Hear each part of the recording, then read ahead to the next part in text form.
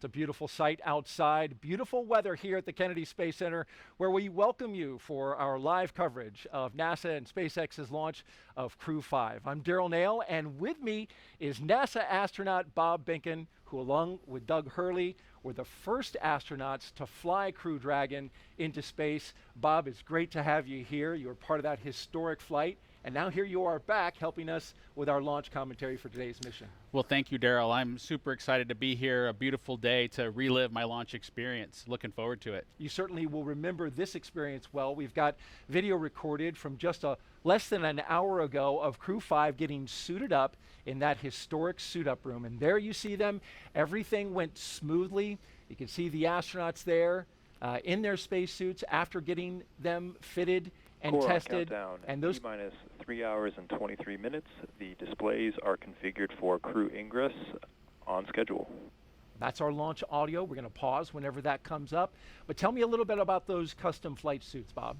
Well, Daryl, I've heard those suits referred to as space tuxedos by some of the SpaceX team, and they are custom fit, and they are, you know, what the crew needs to wear in case there was any sort of an issue inside of the capsule. And here they come, Crew-5. Crew they're ready for crew arrival, and crew are walking out of the O&C room now, on schedule. Indeed they are. And there they are. The astronauts of Crew-5 taking their first steps outside as they head to the pad. From left to right, cosmonaut Anna Kikina, Josh Cassada, Commander Nicole Mann, and Koichi Wakata.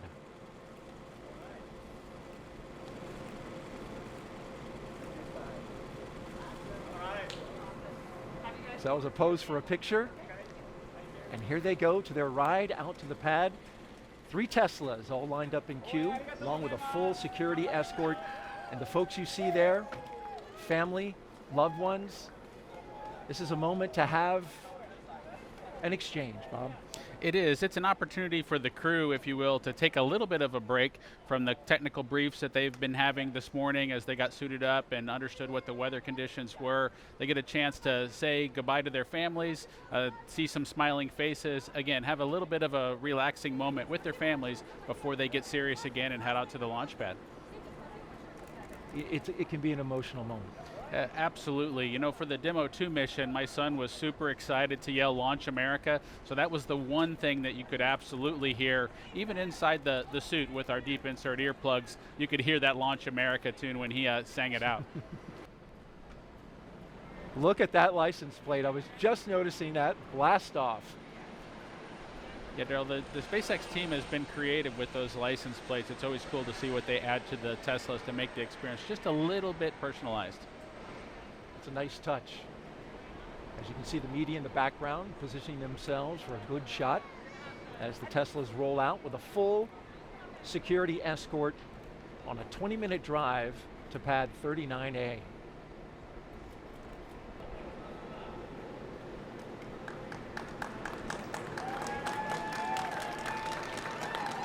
And there they go. Core on countdown, T-minus 3 hours and 15 minutes. Crew are beginning their transport from the O&C room to the pad, right on schedule. There's the call out from the SpaceX team. The crew now departing the Neil Armstrong Operations and Checkout Building. Slow rolling as they make a shot available for all of the media and photographers down there. They're beginning their 20-minute drive with a full security escort across NASA's Kennedy Space Center and out to launch pad 39A. The track they're taking goes through the industrial area and then gets out to the NASA Causeway and the Kennedy Causeway. The weather here at Kennedy is nearly perfect for launch. Let's introduce you now to today's crew. We begin with Nicole Mann. The California native holds a Master of Science in Mechanical Engineering and is a colonel in the Marine Corps. Nicole was selected by NASA in June 2013, and today the Crew-5 commander will be flying into space for the first time. And once she reaches the space station, she'll be the first Native American woman to stay on station. Sitting next to Nicole is Josh Cassada. He grew up in Bear Lake, Minnesota. The physicist and U.S. Navy test pilot flew 23 combat missions. He later became an instructor at the U.S. Naval Test Pilot School, and more recently, he served as the capsule communicator in mission control. But today, he's the pilot aboard Dragon. In the role of mission specialist is veteran Japanese astronaut Koichi Wakata. Altogether, Koichi flew 4 space shuttle missions, a Roscosmos Soyuz, and was on a long-duration stay aboard the International Space Station. Altogether, Koichi has spent 11 months in space, the veteran. And the fourth member, the second mission specialist, is Roscosmos cosmonaut Anna Kikina.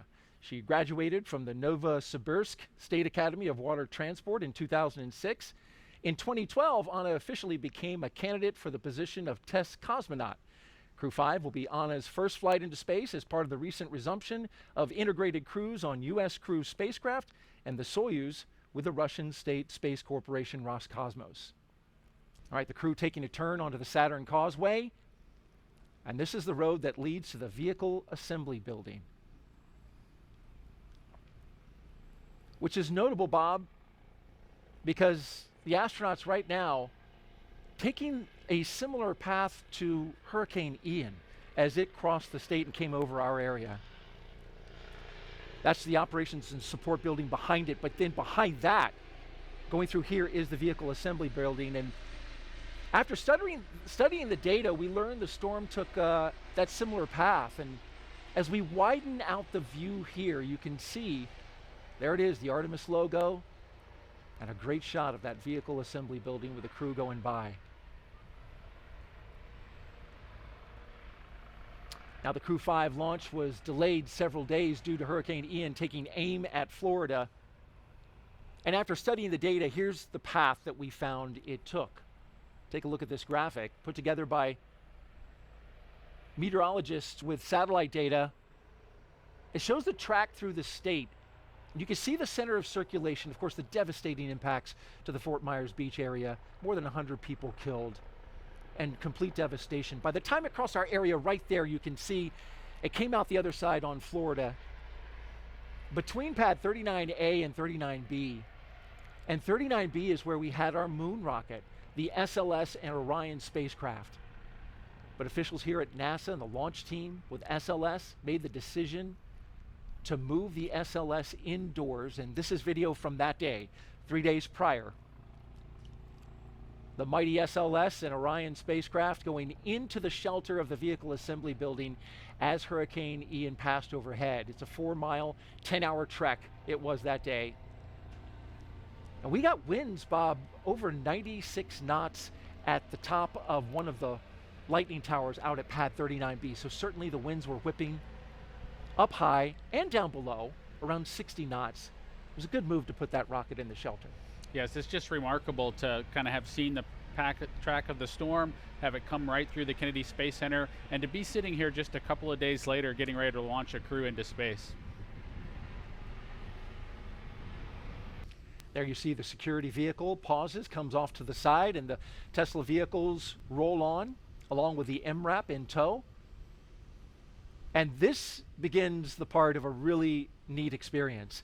Going up the slow grade as they pass the security checkpoint and into the blast danger area.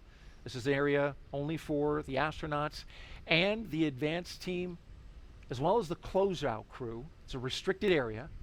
And you go up that slow hill and you're looking right at that rocket. You know, Daryl, as you make your way to the launch pad, you kind of go through layers, if you will, of people that can be near you. So whether that's your family and your guests when you're back at the ONC building, but as you make your way to the pad surface, there are these milestones that you get past where you become more and more alone on your ride into orbit. And so heading up this hill to the launch pad surface, it's definitely a smaller group, and that group continues to shrink all the way to hatch closure. And in your case, until it was just you and Doug Hurley.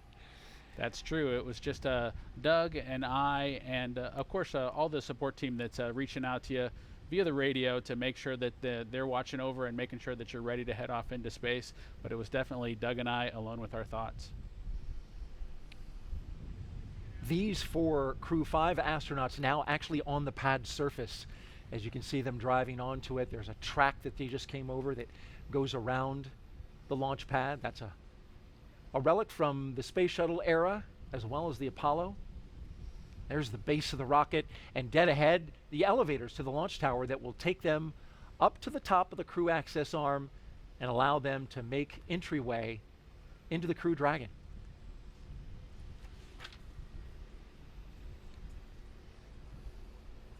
And at T-minus 2 hours and 55 minutes, we'll get that announcement that the crew has arrived, so they're a little early. You can see the flags flying and the clock ticking down. If you're just joining us, you're watching live coverage of SpaceX mission known as Crew-5 as we watch the first 2 astronauts walk out onto the pad surface, getting ready to do what, and I have to admit, I have to attribute this, the rocket recline. There it is. I like the way they did it kind of in coordination as well. I think that was something that Doug and I didn't quite nail on the Demo 2 mission, but I appreciate them getting it sorted out by Crew-5. That was Commander Nicole Mann and pilot Josh Cassada that just took that look up, and I mentioned the attribution. That was our voice of mission control. Rob Navius came up with that phrase, so got to give him credit for that, the rocket recline. We'll get the next 2 mission specialists who will do the same move, but for now, they'll go into the elevator, the same elevator, Bob, that you rode on 2 missions aboard the Space Shuttle and Crew Dragon.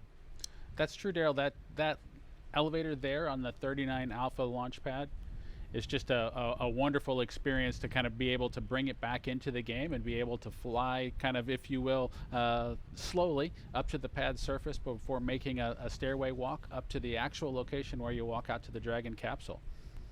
And there we see the top of the elevators where they'll walk out, and this is something that they have rehearsed a few times. Certainly we were here when they rehearsed it the other day during what's called a dry dress rehearsal. Yeah, the crew has been through this before, and like I mentioned a little bit earlier, it is really important to kind of get the nervousness out, to have done these operations once before. We can see Nicole and Josh there as they've made their way out of the elevator. They'll walk around the back and make their way up the stairs to the actual walkout area where they'll potentially have a chance to make a phone call, reach out to their family one more time before heading out to the White Room itself and climbing into the ship. And the closeout team right behind them from SpaceX as they greet some of the members of that team with some fist bumps. The telephone you mentioned, Bob, is there on the right-hand side of that hallway there. But what I notice is the astronauts tend to pause right about here because it looks like that is a spectacular view. It is, Daryl. It is their chance. Of course, you know, you mentioned the rocket recline where they're able to look up at the rocket. They're kind of co-level with the vehicle at this point. They're able to look out, see the ocean, see the rocket, see the capsule itself before getting ready to kind of take that next step and head into the vehicle. And there you see one of the astronauts doing just that. To the right, they are looking out over Launch Complex 39A and the Space Coast. No doubt having a view that is similar to this from our flight ops team here at Kennedy. What a great shot. On the left there, you've got the launch tower, and that is the crew access arm that bridges the gap between the launch tower and the rocket on the right. And you can see, Daryl, the second 2 crew members getting ready to do their rocket recline, if you will, and get a chance to look up at the vehicle. I know they're excited to get their chance to climb in and strap down. Not quite as perfect and in sync as Josh and Nicole were, but they did a great job. Again, better than Bob and Doug. So better than Bob and Doug, but not quite as tightly choreographed as Nicole and Josh. They nailed it. Nonetheless, they get a great view right before they make their way into their spacecraft, and that will ultimately take them into space. We've got a split screen now. The 2 mission specialists on the left, and to the right, we're tracking our pilot and commander.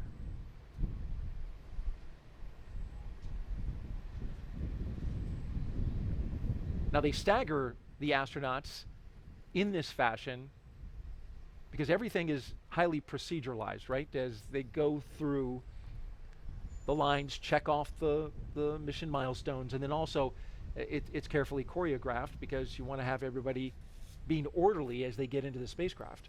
Absolutely, Daryl. There is a well choreographed checklist that the SpaceX team has on their tablets as they follow along with the crew accomplishing the steps in front of them. But remember, there's just a single hatchway, and they need to go in sequence, and it wouldn't be helpful for all 4 of them to be there at the same time.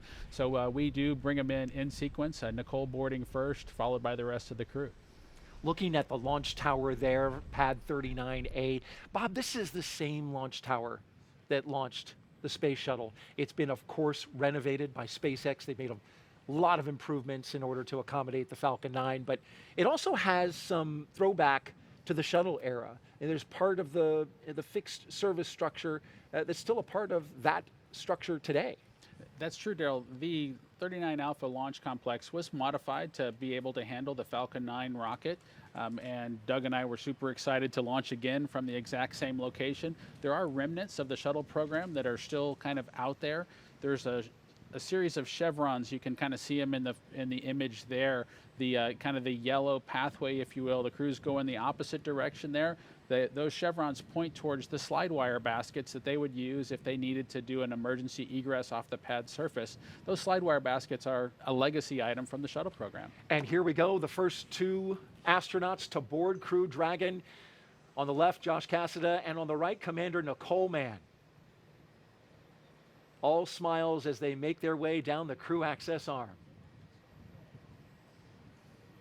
You can see the fist pumps. They're definitely getting excited now as they get ready to board the ship. And they make their way into what's called the White Room.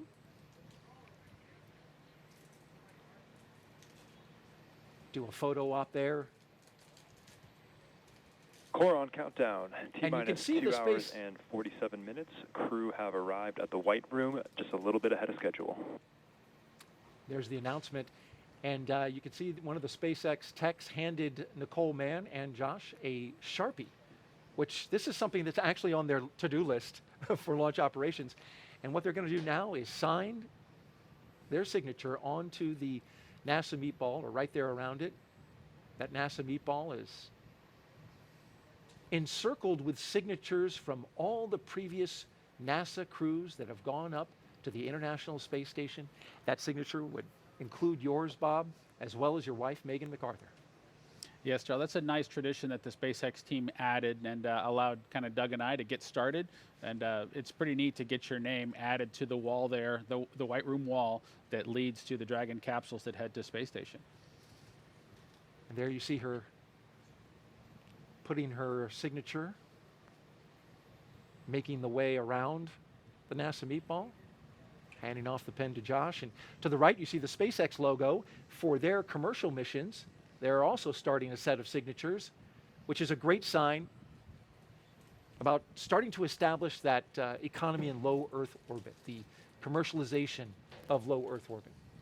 It's exciting to see the economy in low Earth orbit continue to grow, Daryl. It's also exciting to see the cadre of astronauts continue to grow and view that group as our partners of folks who've been to low Earth orbit, who've been into the black of space, and it's just exciting to see that group continue to grow. Our launch weather officer for today, Brian Sizik from the 45th Space Wing, telling us that we've got a nice high pressure system in the area, Bob, that's keeping everything clear as the first astronaut climbs Station aboard. Core on countdown at T-minus 2 hours and 44 minutes. Crew have begun ingressing Dragon. And here come our second 2 astronauts, mission specialists Koichi Wakata and Anna Kikina.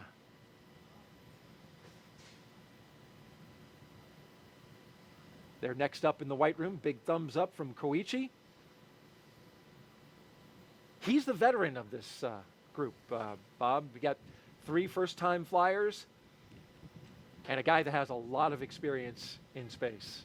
That's true, Daryl. You know, Koichi was in the astronaut office when I arrived a couple decades ago, you know, just having joined and trained as a shuttle astronaut, getting the opportunity to fly on his 3rd space vehicle kind of going forward here.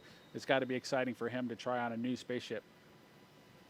And making his 5th flight into space. And our mission specialists will now put their signatures on the White Room as the commander and pilot finish up securing their 5-point harness into their seat, getting a snug fit, as you can see there. Josh Cassada making sure everything is lined up correctly. Looks like he's got 4 hands. But those are his gloves. I'm sure an extra set of hands couldn't hurt. Yeah, no, he just has the 2 hands, just like the rest of us, but he does have the gloves there kind of taken off to kind of give him some additional dexterity as he tries to work through getting all the strap-in process completed. You mentioned the 5-point harness, much like a racing harness that the astronauts strap in with. Likely they won't need all of the capability of that harness as they head into orbit and take their ride, but it does provide some capability should the emergency escape system be activated to really keep them strapped tightly into their seats. So very exciting watching them getting settled in. We've got this awesome view of the Falcon 9 with Dragon on top, crew on board already. We have been watching the crew since this morning make their way to the launch pad, climb up the fixed service structure, walk across that beautiful crew arm that you see there on your screen, and now they are getting settled into each one of their seats, and there is the Crew-5 crew there on your right-hand screen.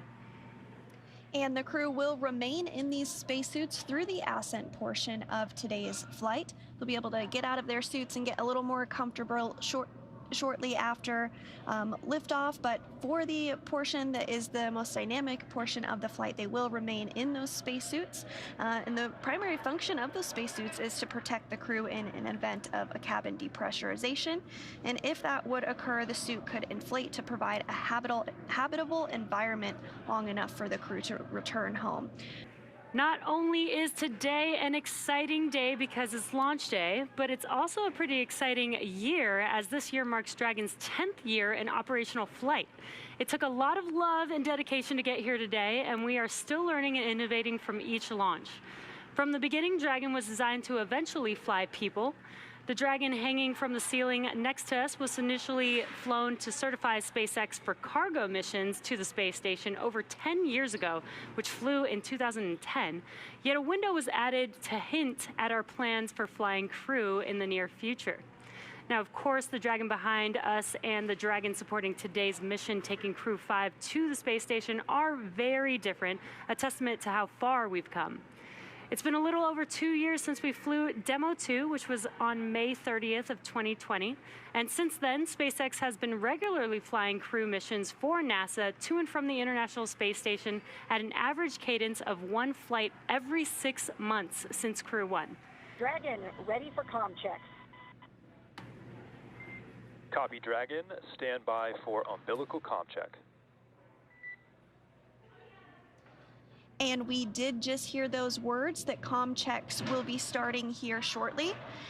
Now on your screen, you're seeing some waves, some thumbs up, some goodbyes to the team on the ground. Once they close this hatch. PLT, MS1, MS2, comm check. CDR has you loud and clear. PLT has you loud and clear. MS1 has you loud and clear.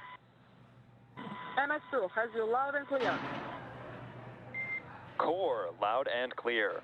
Umbilical comm check is complete. Stand by for ground station comm check. We did discuss Dragon, SpaceX. Confirm crew displays are configured for launch. Rosco, we would like to give a huge thanks to the NASA and SpaceX team, the thousands of people for their development, preparation, and training in getting Endurance and Crew-5 to the launch pad today, and your continued support in helping to make this a successful mission. We look forward to joining the rest of our Expedition 68 crew members aboard the International Space Station. And a special thanks on behalf of all the crew to our family and friends. It is your love and support that help make dreams come true.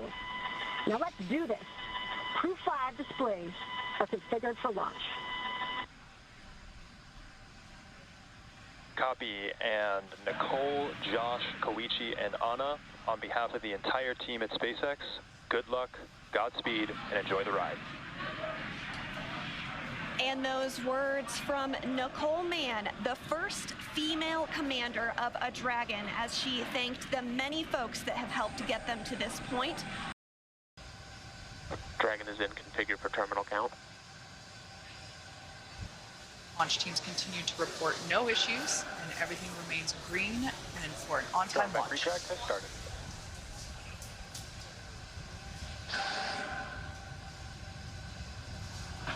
And here in just a couple seconds, you might be able to see the strong back arm as it does begin to retract. As Kate said, it will recline 2 degrees. We can just barely make out that the clamp arms are now beginning to move.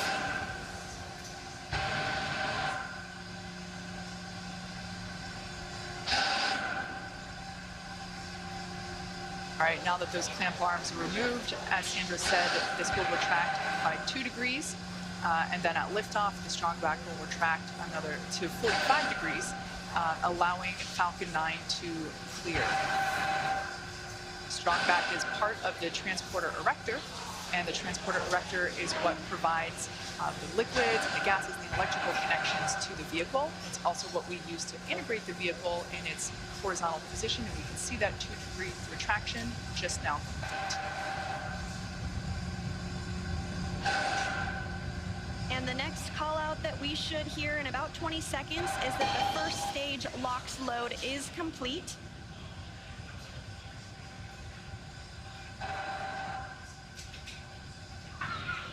Stage 1 LOX load is complete. And there we go, all of the oxidizer loaded on stage 1. Soon we'll hear that stage 2 LOX load is complete, and that will be the last propellant call out we'll hear today. Now less than 3 minutes until launch. Dragon is in terminal count and is on internal power. All right, there we heard the good news that Dragon is now on internal power. Again, the white clouds that you see there at the base of the Dragon trunk, totally normal. That's just the vapor from the liquid oxygen. Again, second stage now wrapping up its LOX load. Excuse me, first stage wrapping up its LOX load just a few minutes ago, and now moving toward wrap up of second stage LOX load, which will complete at T-minus 2 minutes. Coming up on 2 minutes until liftoff, standing by for word that stage 2 LOX load has been completed.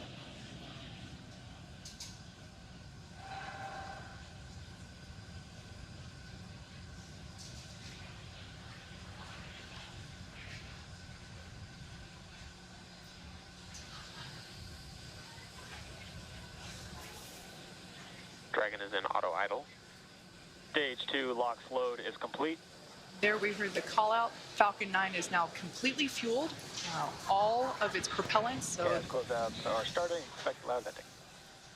all of its propellants, and we can see that leftover liquid oxygen now being vented or released, now flowing further away from the vehicle. So nearly 1 million pounds of liquid oxygen in RP1 now on board Falcon 9. It is fully loaded and ready for launch. And coming up at T-minus 1 minute, we'll hear that Dragon is in countdown. Its flight computer will switch to countdown mode, and we'll hear that the flight termination system on Falcon 9 is armed. FPS is armed. Falcon 9 is in startup and is now controlling. And there you heard it. Dragon is in countdown. Dragon's flight computer in countdown. The flight termination system now armed. We should get the final go for launch from SpaceX Launch Director Mark Dragon, Surtees. SpaceX. Godspeed. Go for launch. SpaceX Dragon, go for launch. SpaceX T-minus reports 30 go. seconds. Crew reports go. 30 seconds until liftoff.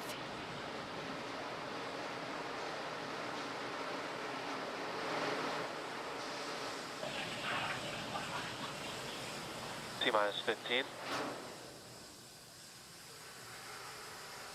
10, 9, 8, 7, 6, 5, 4, 3, 2, 1. Ignition. Engines full power. And liftoff.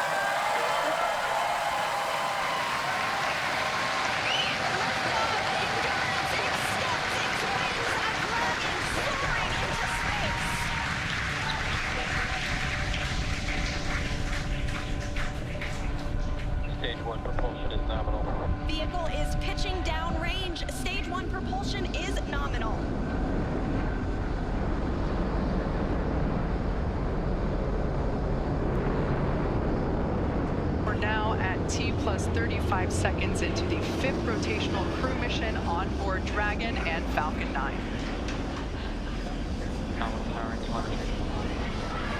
Coming up in just a few seconds, we'll hear the call out for stage 1 throttle down. Stage 1 throttle down. Falcon 9 engines throttling down to help pass through the period of maximum dynamic pressure. This period is known as max Q, and once the vehicle, there we just heard that the vehicle is now traveling faster than the speed of sound. Once through max Q, we'll throttle those Merlin engines back up. Max Q. Stage 1 throttle up. Stage 1 throttle. Stage 1 Bravo. Copy, 1 Bravo. That call out for 1 Bravo means we're in the second and final abort mode for the first stage, continuing to get good performance. The crew is already pulling over 2 Gs. And next up is going to be a couple of events in rapid succession. First will be engine chill on the second stage and back engine.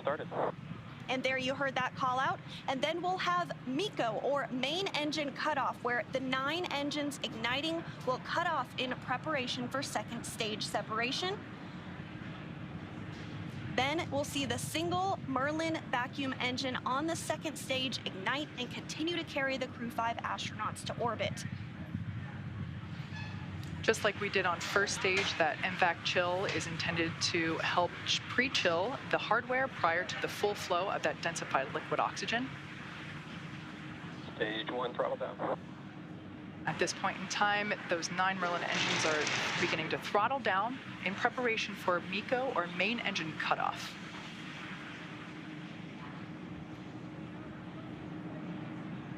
Standing by for MECO. And MECO. Stage 2 Alpha. And stage separation confirmed. Copy, 2 Alpha. There we should see that second engine begin to ignite now. And obviously confirmed by the loud cheer behind us here at Mission Control Hawthorne. And we're also in 2 Alpha for the aborts if needed. Again, second stage is lit and continuing to carry the Crew-5 astronauts into orbit. We're now getting a view of the first stage after that stage separation. The second stage still being illuminated by that single Merlin vacuum engine, and that's on the right-hand side of your screen. First stage on the left-hand side of your screen making its way back to Earth. We will be attempting to land it on our drone ship, which today we are using Just Read the Instructions. Acquisition signal, Bermuda.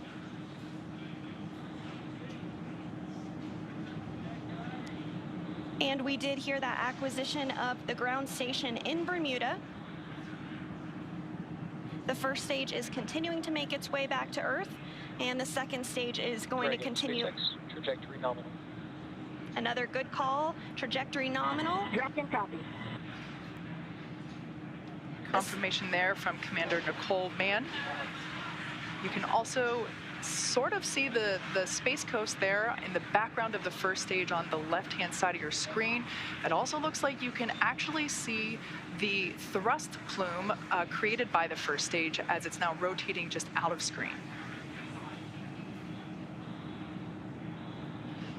Second stage is going to continue firing until a little over 8 minutes into the flight, really doing the heavy lifting now, getting the crew into orbit. Everything continues to look nominal on both first and second stages. As I mentioned before, the first stage will be making a landing on one of our drone ships, which is currently parked a couple hundred miles off the coast of Florida in the Atlantic Ocean. So we can see now that... Dragon, SpaceX, trajectory nominal. Good confirmation there that we have good trajectory. The second stage now traveling over 5,400 miles per hour.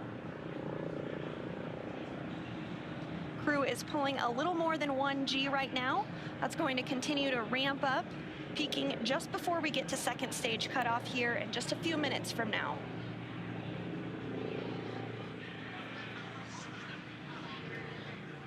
First stage will be performing 2 separate burns, a re-entry burn where we reignite 3 of the Merlin the Merlin M1D engines on the first stage.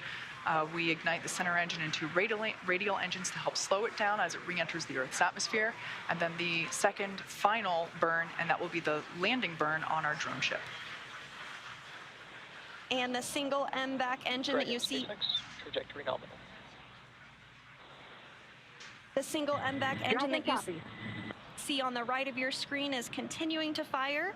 We did hear another call out that trajectory is nominal. Crew heading in the direction that they are supposed to be. This single engine can produce over 220,000 pounds of thrust in the vacuum of space, now over 200 kilometers in altitude. We will start to hit events now in a rapid succession as the first stage continues to make its way back to Earth and the second stage continues its burn. Just a couple minutes left in that burn. For those of you just joining us, just over 6.5 minutes ago, our 4 Crew-5 astronauts launched from Kennedy Space Center in Florida, and they are now making their way into orbit on the second stage inside Crew Dragon. Trajectory nominal. Which we're hearing that the trajectory on that is nominal. Dragon copy.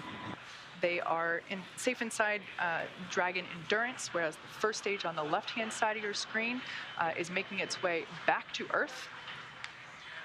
We are coming up to the re-entry burn, which, as I said before, we ignite 3 of the 9 Merlin engines to help slow the booster down as it re-enters the dense part of the Earth's atmosphere.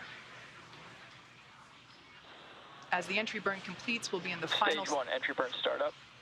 So there we heard the Stage 2, call out. STS is safe.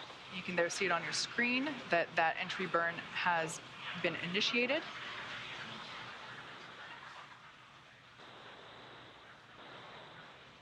And as that entry burn completes, we'll be in the final different abort phases here shortly, which essentially correspond to areas along the very northeastern seaboard of the U.S.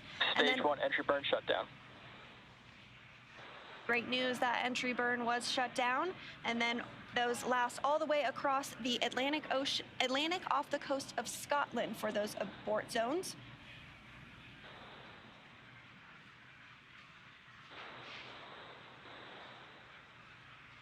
Everything continues to look nominal for both the first and second stages. Terminal guidance.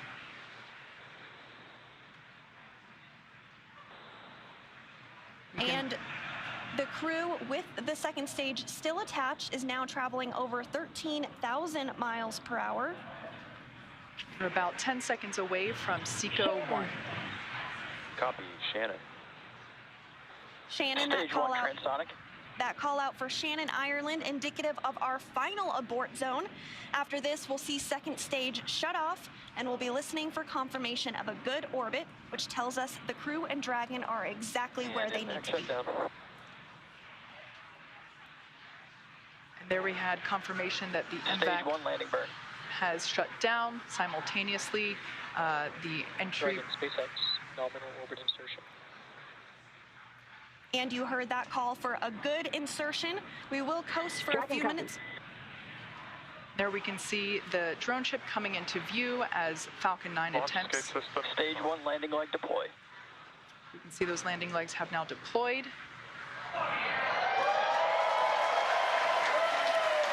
And as you can see on your screen, and you can hear by the clapping and cheering behind me, Falcon 9 has landed on our drone ship, just through the instructions, parked off the coast of Florida. Signal. Okay.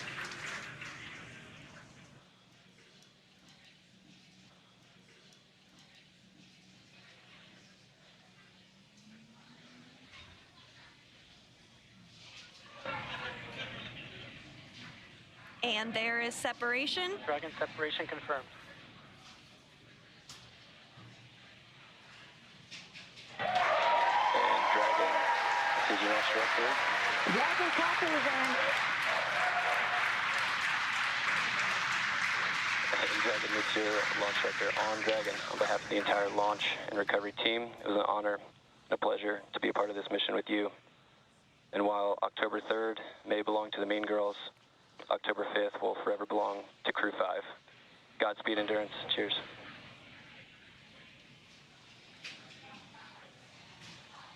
Awesome. Thank you so much to the Falcon team. Woo! That was a smooth ride uphill. You got 3 rookies that are pretty happy to be floating in space right now, and one veteran astronaut who's pretty happy to be back as well. Let's see what you got to say, Koichi. Falcon team, it was a smooth ride, and I see all the 3 happy faces here. Back in Zero G, and I appreciate all the help to give us the smooth ride and training. And thank you so much. JAXA の支援隊の皆さん、非常にスムーズな打ち上げでした。打ち上げご支援していただいた皆さん、応援に駆けつけてくださった皆さん、ありがとうございました。この調子でチームワークを持って頑張ります。Thank you for your support. Anya.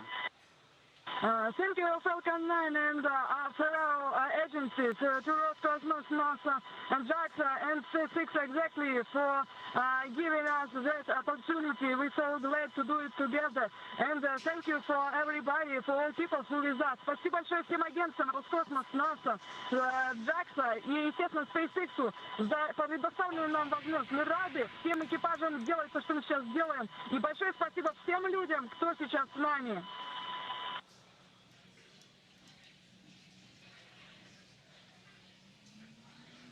Some really nice words there from the Crew-5 crew, as well as... And Dragon Falcon 9C, thanks for the words. Had a great ride. Have a good mission. We'll see you later.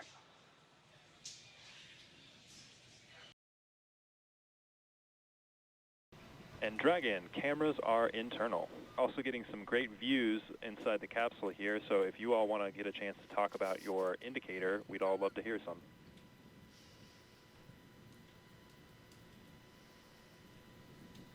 Absolutely, Mike. So, a couple years after he come up with his groundbreaking theory of special relativity, Albert Einstein, in his mind, still had a couple loose ends to tie up. While he was sitting in the patent office, because he wasn't famous yet, definitely should have been, he had what his happiest thought of his entire life. That thought was, person in free fall doesn't feel their own weight.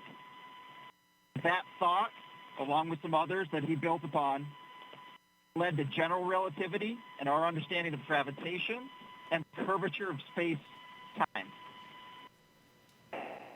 We're experiencing Einstein's happiest thought continuously, like the International Space Station has been doing for over 20 years. On Crew-5, call this little guy our free fall indicator. We're here to tell you there's plenty of gravity up here. In fact, that's what's keeping us in orbit right now and preventing this trip on a Crew Dragon from being a one-way trip. A little bit like life. We live in the same world, we live in the same universe. Sometimes we experience it in a very different way from our neighbors. We can all keep that in mind. Hopefully we can all continue to do absolutely amazing things, do it together.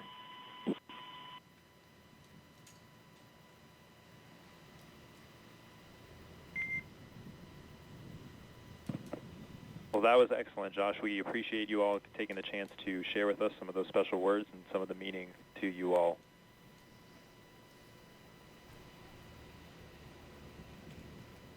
I tell you, my crewmates are just happy that we didn't break out a dry erase board and get into more details. We'll chat lensing later.